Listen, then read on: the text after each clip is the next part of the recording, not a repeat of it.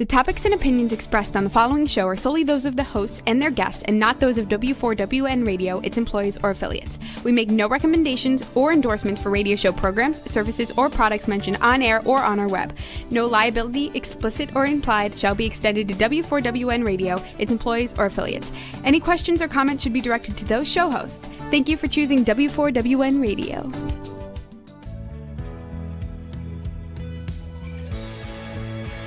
Welcome to Success Secrets Exposed with Sally A. Curtis, where we share stories of challenge, success, and inspiration along with practical tips and strategies to move you forward to your success.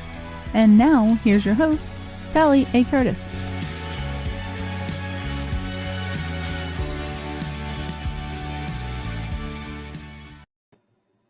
Good morning, good evening, and good day to you all. Welcome to another fabulous show.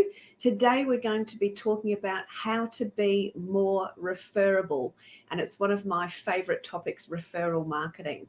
So for those that are new to the show, my name is Sally, obviously, and I'm a marketing problem solver and growth expert specializing in content repurposing and LinkedIn strategy, specifically for coaches, consultants, and speakers. And it's my job to help you amplify your voice, your message, and your impact. Now, today I have a very, very special guest, Steve Sweeney, who is a referral marketing expert and trainer. Now, Steve is the owner and head trainer of the Australian Referral Training Academy, and he believes it's better to attract clients than to sell. Steve has trained thousands of business owners and their teams to attract businesses via referrals through such organisations as BNI, Business in Heels, co-working spaces, and multitudes of independent networking groups. His trainings include referral generation strategies, presenting to attract business, and how to conduct profitable business meetings. So you're going to learn some really, really great tips today. And of course, the big one, how to be more referrable. So please help me welcome to the show, Steve Sweeney. It's my absolute pleasure to be here, Sal. I've been looking forward to this since we organized it way back in May, I think it was sometime. So yeah, it's great to be here. Thank you for having me. You're very, very welcome. And as I said, it's one of my favorite topics, referral marketing and or referrals in general, and putting strategies in place to help businesses to maximize that underutilized resource. So I'm super excited to be sharing you today. So thank you. Can I ask you to tell us a little bit of your background? Why did you start the Referral Training Academy? That's a great question, Sal, and thank you very much. Look, I kind of fell into it, to be quite honest. So as you mentioned in the intro there, I was once part of an organization, which is a magnificent organization called BNI. And I kind of progressed up through the ranks there of the director ranks. For the people out there who are familiar with it, there's ambassadors, directors, area directors, director of this, director of that. And I became, one day the boss came to me and said, "Steve, I can't actually do the training today. You know this stuff, kinda. Would you do it?" And I said, "All right." Anyway, so I stood in front of a room full of, 40 or whatever it was, new members in the region that I was operating in, and I did what is BNI's basic training, and it went well. The feedback was terrific, and then from there, the boss kept on giving me more and more gigs until he kind of invented this role of director of training. And that was fantastic. I absolutely thrived in that. So at one point, I was responsible for training, roughly 1,000 BNI members across two separate sectors of BNI, and just getting around to all the different chapters and learning about how referral marketing works. And so I kind of did all that for 4 or 5 years. And then I thought to myself, you know what? It's time to leave the nest. Spread your wings. It's time to give it a crack, Steve-O, and get the heck out there. And one of the other things that I do, just as a by the by, which kind of relates to this, is I help out at Deakin University and the Cancer Council and a couple of other places in teaching doctors and nurses and any types of medical people kind of the art and science of creating rapport and trust with their patients. And so the communication skills that I've learned there are more or less directly, you can take them out and implant them into the business world, which, as you would know, Sal, is a lot about building trust quickly with prospects, with colleagues, with employees, with suppliers, you name it. It's all about trust. And so I find that, I'm able to add that little extra something to the training that I carry on with these days. So yeah, it's a lot of fun, and that's, in a nutshell, that's my journey. Yeah, lovely. I've recently done some improv work, and there was a number of doctors that were coming along to learn the ability to be a little bit more improvised in their reactions. And it was funny because they were the most beautiful and warmest people I've met. There was 2 doctors, but as they said, they've got so academic that they've actually become quite stilted. So that's why they were there, to learn to be, in his words, a little bit more human again, which, as you said, certainly builds that trust. He was a beautiful human being, but we just needed retraining or unlearning, or whatever the terms relevant terms would be for there. So no, great from a rapport building perspective, and trust is so important. And I'm finding, as you probably have, that there's a huge increase in requirement of trust with business owners, and in that purchasing and sales process at the moment. Have you been finding that with the clients that you're working with as well? Absolutely. People are always seeking to know a little bit more, just like you've done. You started out with the question on the backstory, right? And people are always seeking to find out a little bit more about the human being they're going to be actually interacting with through the course of any business operation or relationship. And that's where the trust begins. That's where that little kernel of trust slowly begins to grow and become something that, we obviously call a relationship for mutual benefit. And so, yes, I'm certainly noticing that. And one of the things that I think is, it's pretty obvious, the situation we're all in right now with COVID and whatnot. And so it's that the minimization of the face-to-face interactions, the in-person face-to-face interactions, I think has affected that. And we've all become, experts on various platforms now that are that are exactly like the one you and I are currently on. And being able to do that, and being able to stand in front of a camera and smile and look at a person on a screen and all those types of things, they are the sorts of things that are very, very important for the development of the trust that's required to build a business relationship. Yes. And I think we've also, as part of that process, got even better at cyber stalking before we even actually meet the person. So we're able to do more research and find more stuff out, and find more information that helps us build that trust and tie in and understand that human being a little bit more, because we're all always looking for are they trustable? Will they do what they say? Can I put my faith in them? Yeah, and are they good at what they do as well? That's one of the other things. Can they actually do what they say they're going to do? And so it's interesting you bring up, cyber stalking in a light kind of manner, obviously. But it's we all absolutely do it. People leave a digital footprint, and so as business owners, when I talk about make yourself more referable, you absolutely need to make sure that your cyber footprint assists your referability. It doesn't detract from it, because people will check you out. It's just that simple. Yeah, absolutely. And we'll probably come back to that. But I'd love to ask you, why are referrals so important in business in 2021 right now? Why are referrals so important? Because it's, to me, one of the things that separates referrals from leads or digital marketing or all of those other things. So they all lead to a human-to-human interaction. Whether it's a digital connection or a lead that you've got to chase down, and leads have a pretty low conversion rate, depending upon the nature of the lead that you are given. Conversion rates on leads are, sometimes 10% is a good conversion rate. Whereas with a referral, if it's set up properly, the conversion rate can be up in the 70 and 80%. Yeah, exactly. And that's because of the trust that exists. And so being able to have that trust, so, you recommend me to somebody else, and of course that other person that you recommend me to actually trusts Sally Curtis, then that's a good thing. So you actually begin to cut through all of the other marketing noise that's out there, And when people are, picture yourself as a consumer, right? You've got this, you want an accountant. You got this wall of accountants on Google, right? An absolute wall of accountants to choose from. And whenever somebody is at the smorgasbord, the first thing they do is stand back and think, what the heck am I going to do? That's what they do. And so what's the normal human interaction there? I'm going to talk to somebody I know who's been here before and made a good choice. And that's where referral marketing assists you to get to that face-to-face conversation sooner than digital marketing, than leads, than all those other things. Is that I was having this conversation with somebody the other day who's hell-bent on an email campaign. And I said, that's great. Go out there, send your emails and do whatever. But you're going to end up at a face-to-face conversation. You can take the long way or you can take the short way.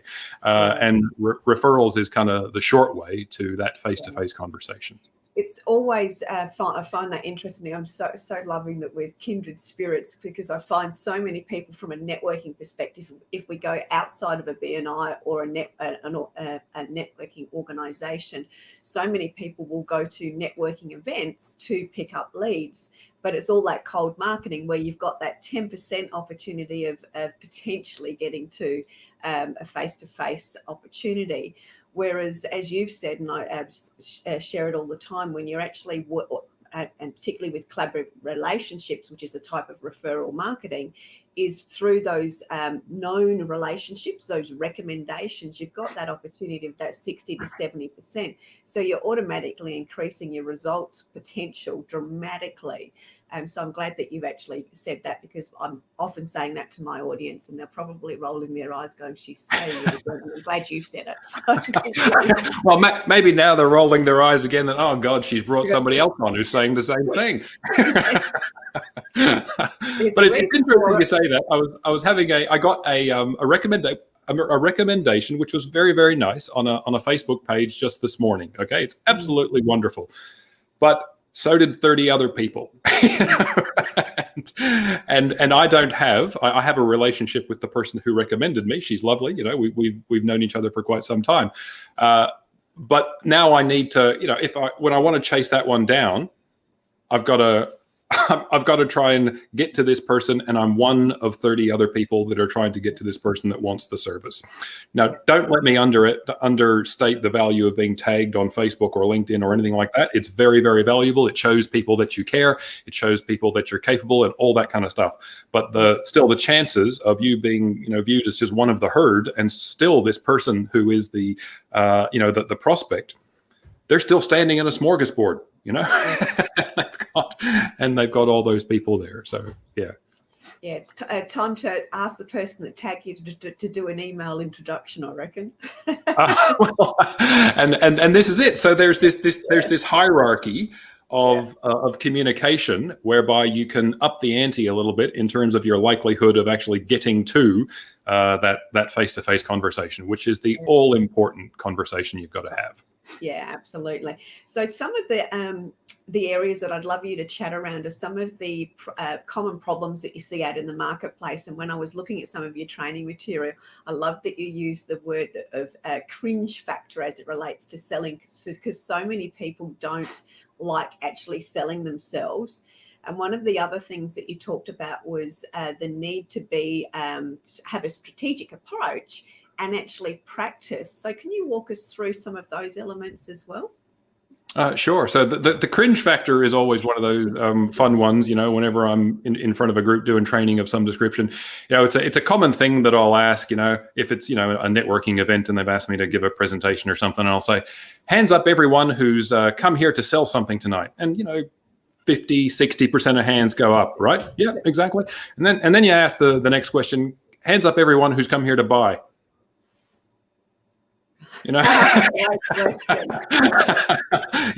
there's absolutely no one that's there to buy, and so the idea that you might be going there to pick up a lead or whatever like that, to me that's the it's perhaps the mindset issue that is the problem that needs to be solved there, and so talking with people about what's realistic to achieve before they walk into any type of networking event is a good place to start that conversation, so that cringe factor of being there and selling yourself doesn't ever exist, because you're not there to sell anything, And that's one of the benefits of referral marketing as well, that a lot of people talk to me about. And, I kind of, it's all over my website as well, is that if you're surrounded by 8, 10, 12, whatever it is, number of people that have got your best business interests at heart, and you vice versa have their best interests at heart as well, you don't sell yourself. They sell you. And so you get recommended by other people who are, trusted in their networks by their colleagues, suppliers, whatever it is. And that's the great way of avoiding that cringe factor of, hey, Sally, want to buy a watch? You don't want to do that. You don't want to be that guy, right? You don't want to be that person who's thinking like that, because here's what happens, right? You go into these networking events like this, and you are spotted in a heartbeat because of your body language, because of your demeanor, because of your hawkish eyes, yeah, exactly. I'm going to pin you to the wall and you're going to buy my freaking watch, and that's not what you want. So it presents opportunities to avoid that type of reaction and being able to move on. I'm sorry, Sal, in my elongated answer, I've forgotten the second part of your question. That's all right, because you've actually, I'll repeat that for you, but what you've actually just reminded me of is one of your quotes that I also saw on your website, which was to turn your great reputation into referrals. And that's exactly the outcome that you've just discussed there. So the other question was, you also talked about having a strategic approach, but you've actually mentioned the word practice. And again, my community is going to be rolling their eyes, because I'm always going, practice. So I'm assuming that you're a practice person, as I am. So I'd love to talk around strategic approach and actually practicing the pitch or whatever you're going to be doing, so you are comfortable with it, not so you sell something, but so you're comfortable with it. Yeah. So one of the things that, in one of the courses I've developed is developing a USP, okay, which is the unique service proposition. Many people out there in listener land will be familiar with that, but they forget the meaning of that first word, unique. And it's hard in this marketplace to actually be unique. There are so many accountants, bookkeepers, insurance brokers, whatever out there. And they just tend to want to fade into the background. And that is a huge strategy mistake. If you're at that smorgasbord and you don't stick out for all the right reasons, you're not likely to be the person who is selected. And that's even if you're not relying on referral marketing, all right? So one of the great strategies before you walk into any networking room is to have that business asset in place in your mind or written down somewhere in your marketing strategy, is your unique service proposition. Okay. And so that when you are describing who you are and what you do and how you do it and why you do it and what drives you and all that kind of stuff, then you stand out as a person who actually cares about the outcome of the client. Yeah, it's great to get paid. We all love to get paid, but you're only going to get paid if you're demonstrating to the client that you actually care about the outcome for them. And so many people forget that element, that humanness as a strategy, okay? And it all comes down to stop being a robot and repeating yourself and dressing in your, in stuff that makes you tight and constricted. Relax, get out there and have fun with people and be a human. And that is one of the absolute best strategies you can employ. But it takes practice, okay? Because many people have come from corporate backgrounds, right? And in a corporate background, it is a little bit, tuck the suit in and look like everybody else and don't put a foot out of line. Otherwise, somebody will shoot you down because of the competitive nature of many corporate environments.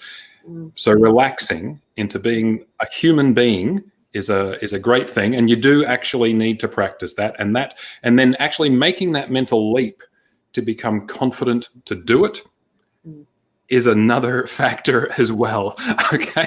Because, okay, if that's your background, some sort of corporate background, and you have come to be a solopreneur or, whatever that you currently are now, then that's the reaction that in your head. That's how you deal with stuff, is that corporate entity that you once were. go back to that person who first walked into that corporation, become that person, that person who cares about outcomes, who cares about people, who isn't trying to climb a ladder and get over the top of other people, who is helpful, who is sincere, who is genuine, all those types of things. But like I say, it does take a little bit of practice, but having that USP, that unique service proposition, actually nutted down as a strategy that you can put into practice will help you magnificently in terms of building the relationships that actually matter. Okay. Yeah. And I think too, with what you said there, when you're coming from that care element and you've got your USP strategy worked out very, very well, then that can only actually increase your own level of confidence. Because the sort of work that I do with speakers and coaches as they're coming out, they're always saying, I want to increase my confidence. Well, by caring more and being less rigid and being more playful, etc., then you do actually increase your own level of confidence, because everything changes when you come from that place of care. So I'm glad you've actually mentioned those two words, care and confidence. So thank you very much. and it makes you more natural as well, you know. And so we've all got our radar up for someone that we think is bogus. Okay. And we all, as humans, you know, we are so sensitively attuned to spotting someone who's false, right? We spot them in a heartbeat when the verbal and the non-verbal messages are a mismatch. Okay. We can't always put our fingers on it.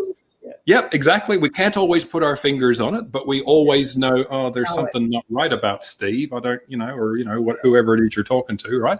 And so being genuine because you care is what's going to happen, is what's going to help you maximize these types of opportunities when they arise.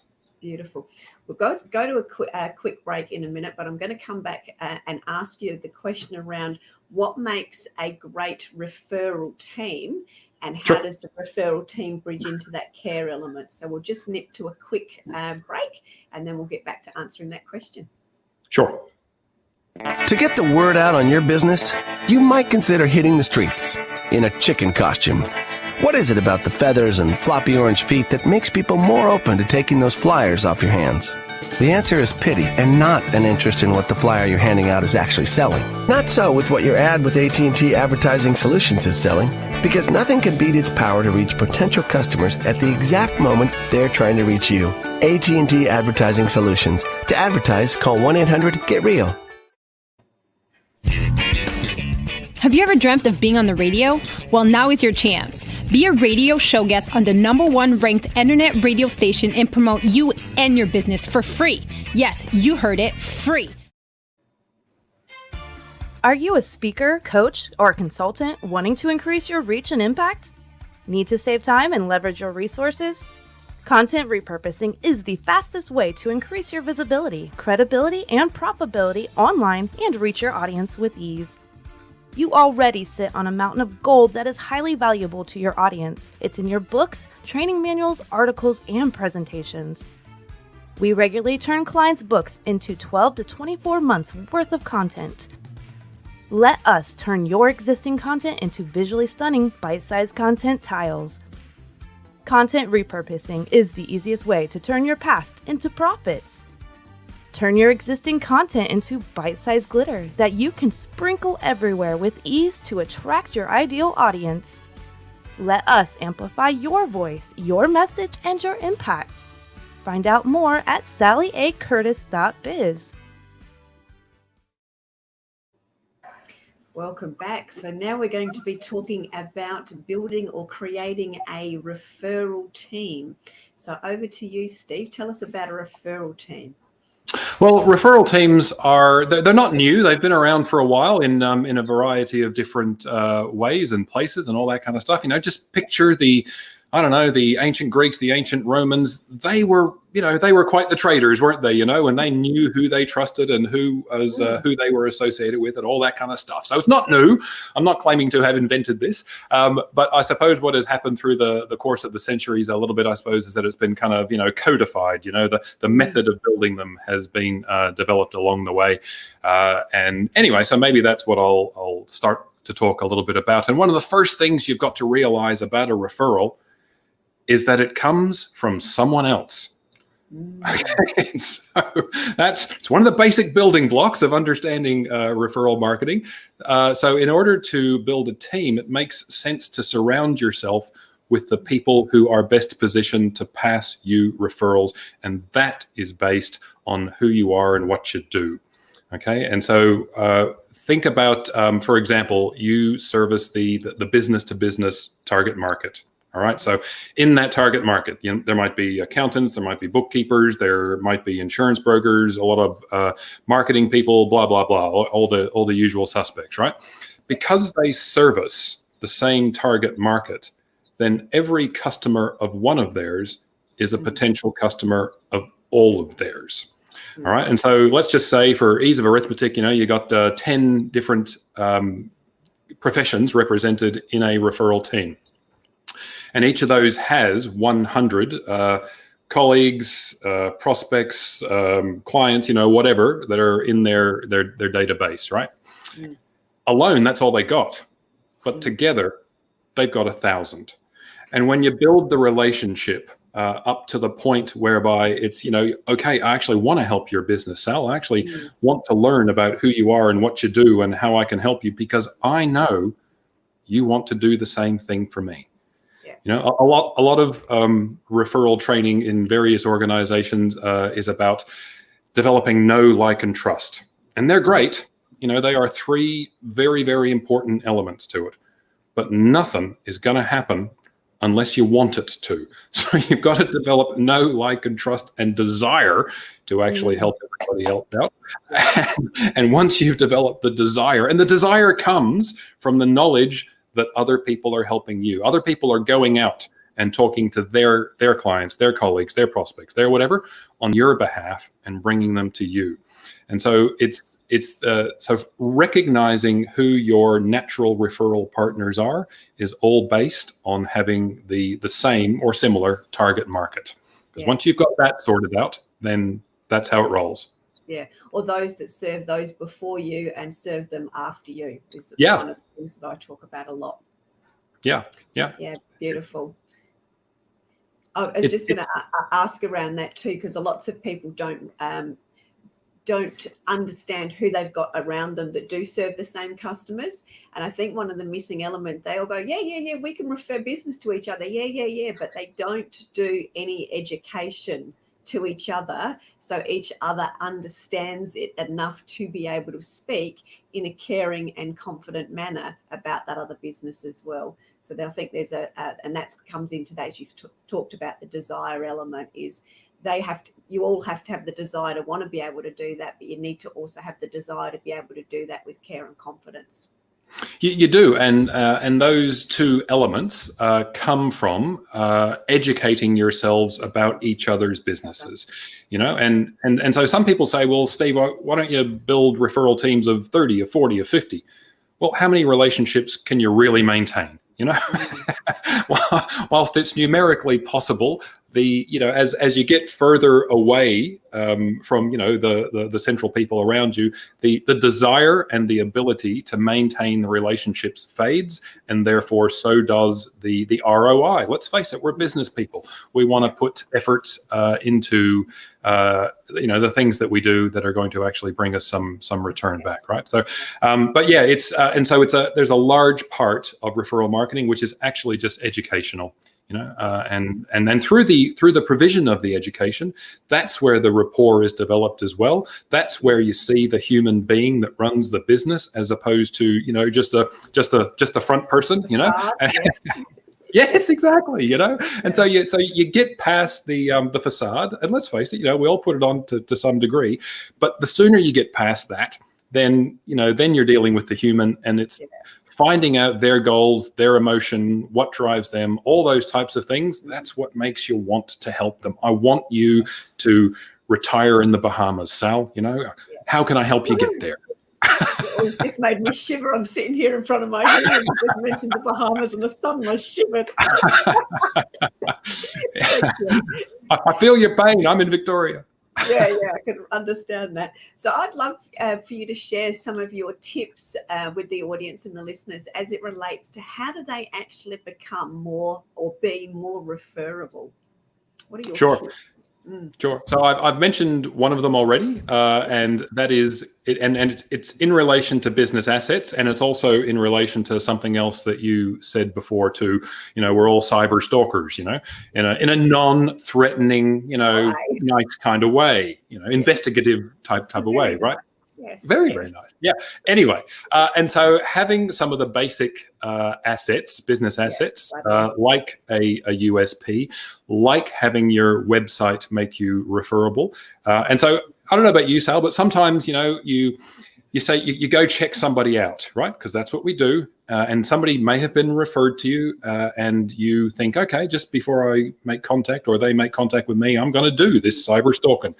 And, the person who referred, Joe to you said wonderful things about Joe, but you're just thinking you're going to do your own little bit of investigation, right?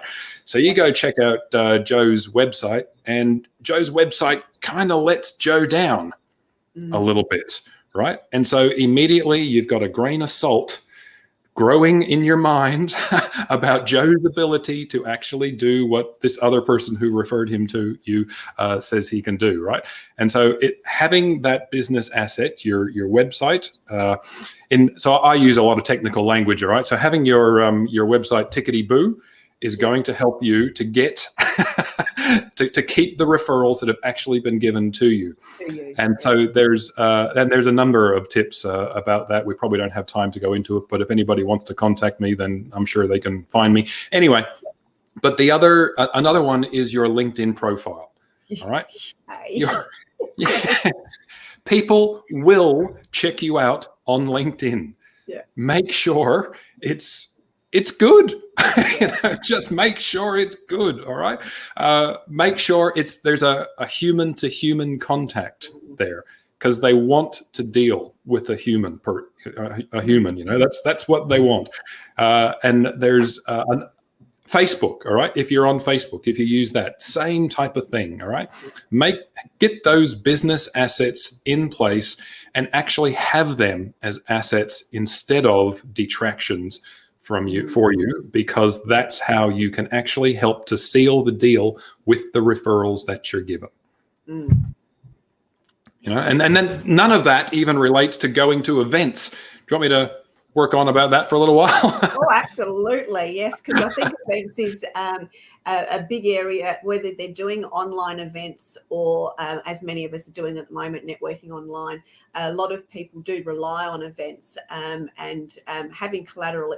It's one of the greatest, or one of the conversations around some of the greatest mistakes thought leaders wish that they did differently was to have the right collateral when somebody asked for it. So it amazes me still to this day how many people don't have a sales brochure or don't have something to take to meetings with them, which is all part of the education and leaving them with something element. So yeah, don't get me started on the collateral and assets thing. Okay. I'll go back to you as it relates to networking. In relation to collateral, I can tell it's one of your favorite topics there. Okay. All right. Here we go, Sal. Anyway, one of the things, and I made this mistake when I first started out. I absolutely made this mistake. Yeah, and we all make them, okay, and it's we're all human. That's just the way it is. But I was going to a lot of networking events, and I still do go to a lot of networking events. Just these days, they're virtual, not in person. But anyway, when I went to a lot of the face-to-face ones, I was, you're meeting people, you're having a good conversation with them, and it's time for the conversation to naturally draw to a close, and then it comes time to hand across business cards and to promise each other you'll follow each other up, right? And I was handed these magnificent business cards on thick card. They was embossed, I could read them clearly, and it was fantastic. And then I thought of what I had to drag out of my pocket and got embarrassed. I thought, oh, Steve, why didn't you spend the extra $40 or whatever it is, And we've all been there. We've all started out. But if you're, and people need to make decisions about where they're going to put some investments in terms of their marketing collateral, that's just life when you're a business person.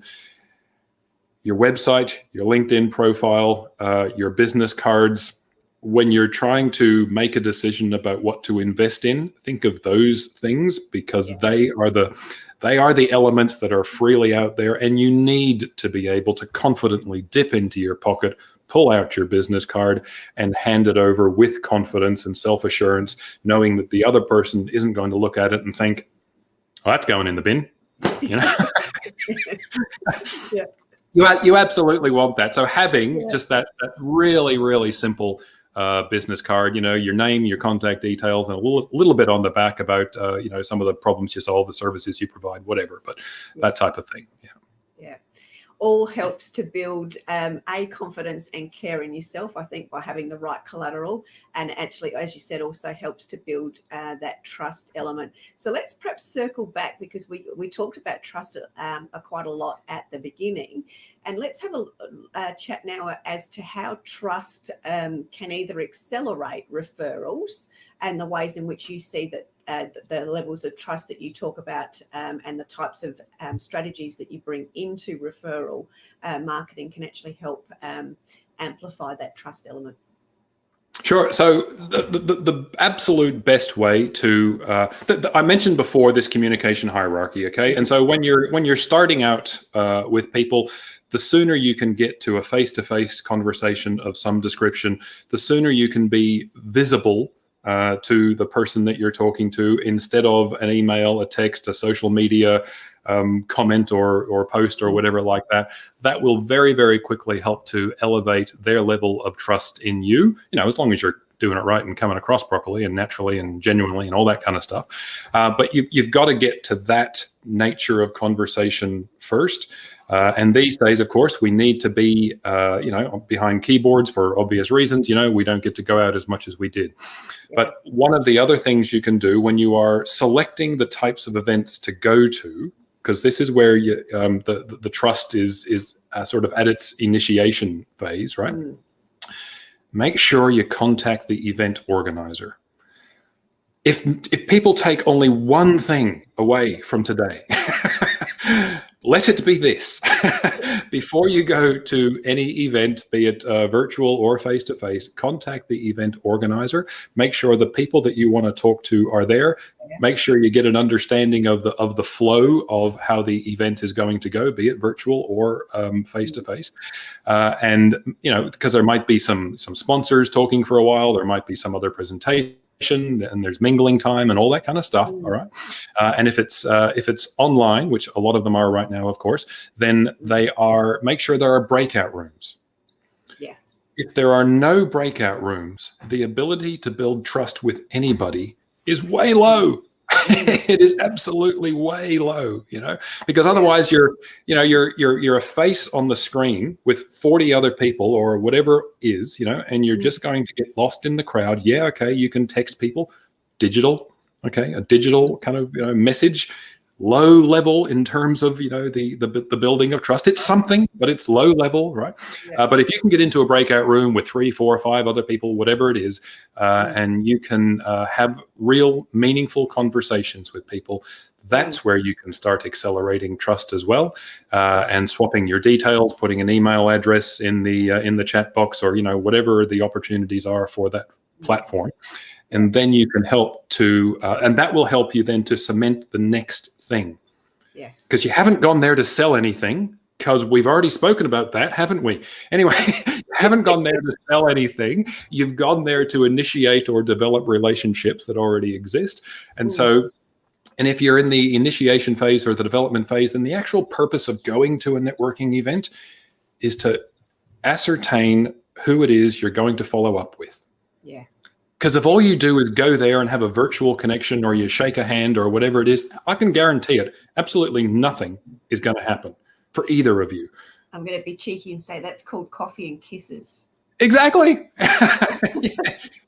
And there are some people that call it ninja networking, all right? So they rock up with their business cards and they're going fing, fing, fing, fing, fing, yeah, doing all that kind of stuff. And absolutely nothing is going to come of it. I was dealing with a client a little while ago who said, it was an insurance broker, said, Steve, mate, he said, I don't get it. I'm going to all these networking events. I'm meeting so many people, you know, 30, 40 people at each of these events. We're exchanging cards and nothing ever happens. Nothing ever happens because there was never a human connection. It's just, there was never a human connection. So in terms of, still answering your question, building that trust and getting it to the next phase, if you make the purpose of going to any networking event, face-to-face or virtual, if you make the purpose of it to get to the next phase and have a one-to-one conversation with somebody, then your results are going to be so much better than if you just fling a few cards around and then rest on your laurels waiting for your phone to ring. Waiting for them to come running through the door. Yes. Because they don't know who you are. They ain't going to come running.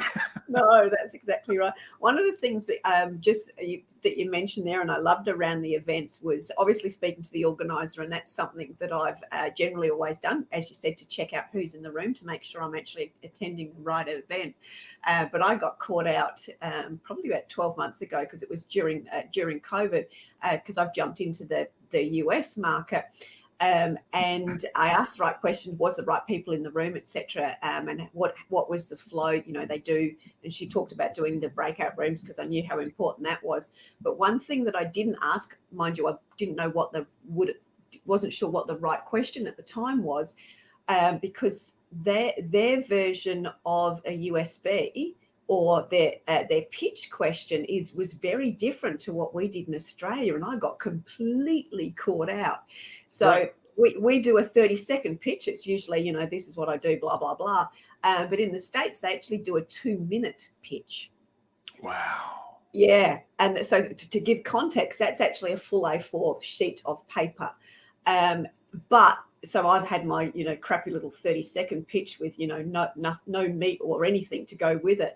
And just listening to theirs, the level of connection I got, the level of understanding about who they are, what they specialize in, who their clients are, what sort of clients they're looking for, a little bit of their background, some of their fun stuff.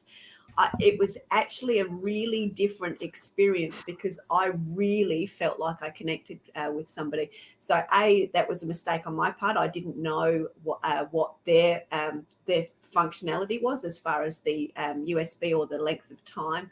But falling flat on my face, I brought that back to Australia and said, this is what they do in the US. And as you said, from a building trust, my experience was I was actually much deeper connected with people, because I got to hear more about them. And isn't that amazing? Because it's that depth of the relationship that's going to lead to something else. And there are so many organizations in Australia. We all know who they are, and they often have this 30, this 45, this 1-minute pitch, whatever it might be.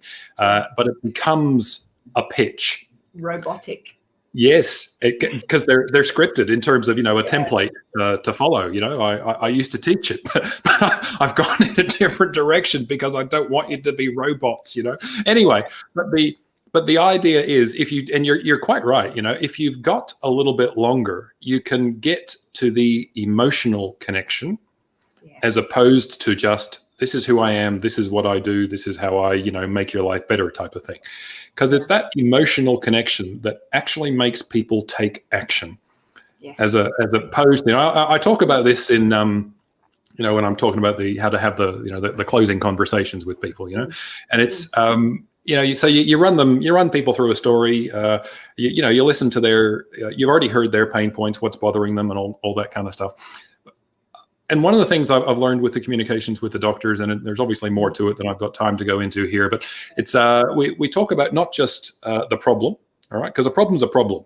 We've all got problems, and we're all living with them too, right? Yeah. We're not in a position where we're prepared to take action, right? Yeah.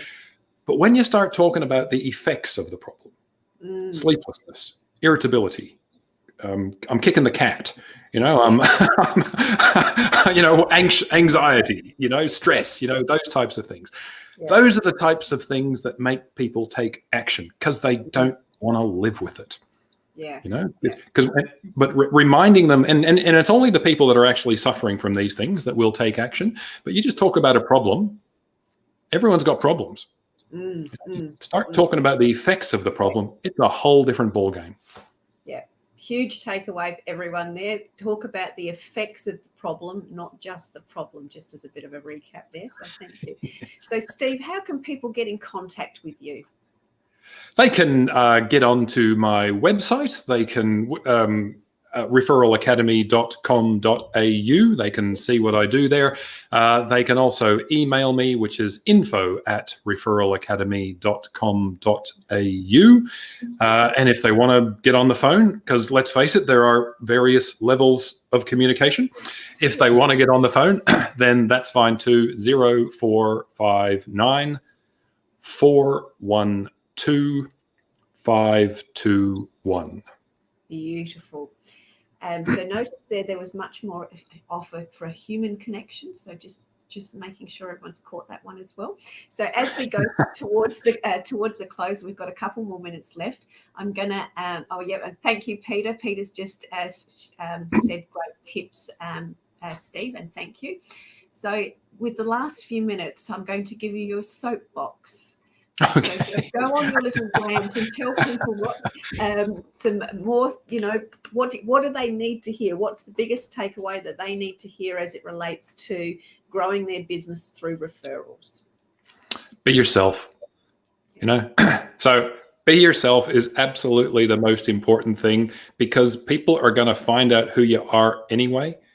So, so the sooner you become yourself, and this takes confidence, it absolutely does, but the sooner you become yourself, you become something or a person other people can care about. And that is what drives their activity to want to help you. All right. If you're someone who goes around pretending your life is perfect and there's no need for anybody to help you, then you're putting up a barrier. It's okay to be imperfect. It's okay to be vulnerable. We all are. It's fine. Get over yourself. You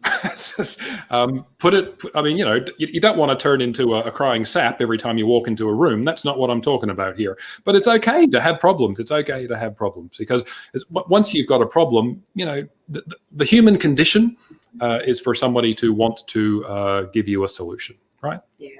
Or point you in the direction of a solution. So hopefully that wasn't too soapboxy, but in terms of things that can generate better quality results, that's a good one. And here's another one. I don't know if I've got time, Sal. Might take about a minute. Yep. Yeah. Okay. Yeah. So another thing is, so whenever I give a training session, all right, it's training is great. I love doing it, and people, in the audience or whatever the situation is, love hearing it, and it's a lot of fun and all that kind of stuff, right? But at the end of the day, I can stand up in front of a whole group of people and impart a whole bunch of knowledge and put you through a whole bunch of different workshops so that you're acquiring knowledge and you're practicing stuff and all that kind of stuff, all right? And in that kind of environment, it's wonderful, it's safe, it's secure, you're not risking anything. But then you go out into the big bad world.